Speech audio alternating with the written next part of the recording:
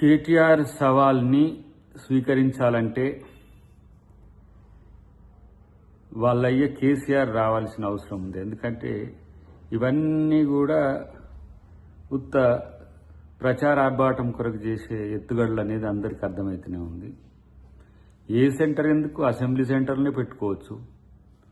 మొన్న హరీష్ రావు కూడా ఒక సవాల్ విసిరిండు, తర్వాత నువ్వు ఒక సవాల్ విసురుతున్నావు. మీ సవాళ్ళన్నిటికీ సభనే సరైన సమాధానం ఇస్తుంది. మీకు మీ పార్టీకి చిత్తశుద్ధి ఉంటే అసెంబ్లీకి మీ అయ్యని రమ్మను. అసెంబ్లీకి మీ అయ్య వస్తే ఏ సెంటరు అక్కర్లే, అసెంబ్లీ సెంటర్లోనే అన్నీ చర్చించుకోవచ్చు. అట్లా కాదనుకుంటే ఏదో ప్రచార ఆర్భాటం కొరకు మళ్ళీ నేను మీడియాలో కనబడట్లేవు అని ఉనికి కొరకు చేసే ప్రకటనలు అనేది పక్కన పెట్టు మిస్టర్ కేటీఆర్ గారు. ఎందుకు ఈ మాట చెప్పాల్సి వస్తుందంటే మీకు ఇదొక ఏమంటాము తంతుగా మారింది.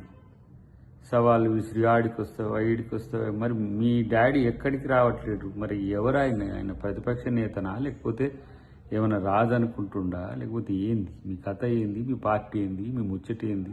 ఏదైనా తేల్చుకోవడానికి మీ మీద నమ్మకం లేదు కాబట్టి ప్రతిపక్ష నాయకుడిగా మీ అయ్యని రమ్మనండి, సమయం ఆయననే చెప్పమనండి, వేదిక ఆయననే చెప్పమనండి.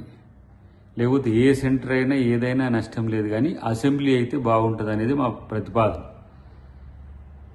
రైతుల సమస్యలే కాదు, అన్ని రకాలు మీరు ఏ ప్రశ్నలైనా అడగొచ్చు, ఏదైనా సమాధానం చెప్పొచ్చు, మీ ఇష్టం వచ్చిన సమయం ఉంటుంది. అసెంబ్లీలో తేల్చుకుందాం రా అని అంటే మరి మీ డాడీ ఏమో అసెంబ్లీకి రావట్లేడు, నువ్వేమో బస్తీ మేసావాలని చాలా జబర్దస్తిగా చెప్తా ఉన్నావు. మరి నిన్నేమో ఎవరు పట్టించుకునేటట్లేదు, మీ పార్టీలో మీరు ముగ్గురు అయిపోయినరు.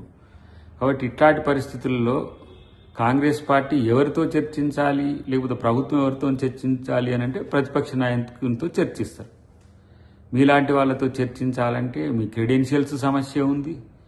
మీతో ఇప్పుడు నీతో చర్చిస్తే మీ బావ, మీ బావతో చర్చిస్తే మీ చెల్లె, మాతో ఎందుకు చర్చించాలని మళ్ళా తెర మీదకి ఇంకో సమస్య వస్తుంది. కాబట్టి ఫస్ట్ మీరు ముగ్గురు తేల్చుకొని ఎవరో మీ డాడీ తర్వాత మీ డాడీనేమో ఎక్కడికి వస్తాడో రమ్మనండి, మీ డాడీని తీసుకొని నువ్వు మీ డాడీ మీ పరివారం అంతా వస్తే ఎక్కడనైనా దేనికైనా ప్రభుత్వం సిద్ధం, కాంగ్రెస్ పార్టీ కూడా సిద్ధం.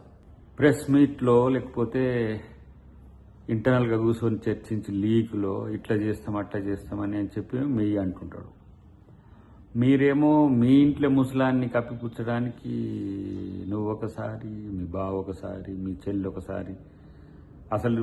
అసలు అర్థం కానిది ఏంటంటే మీ దాంట్లో ముసలాం గురించి ఎవరు సపోర్ట్ చేస్తలేదు, కానీ ఇంకో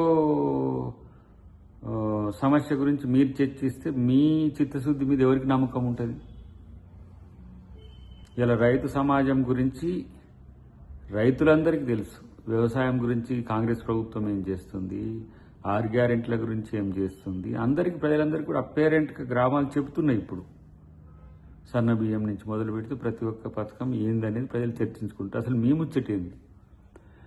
మీతో కవిత ఉన్నట్టా లేనట్టా, మీ పార్టీనా కానట్టా, అసలు ఆ దయ్యాలెవరో తెలియకుండా మీరు కొట్లాడుకుంటూ మీ అంతర్గత సమస్యల కోసం, మీ ఉనికి కోసం ఇలాంటి వాదాలు, ప్రతివాదాలు, సవాళ్ళు, అస్తిత్వాల కొరకు పోరాటాలు ఎవరు మిమ్మల్ని పట్టించుకోరు. ఆ విషయం ఫస్ట్ మీరు తేల్చుకోండి.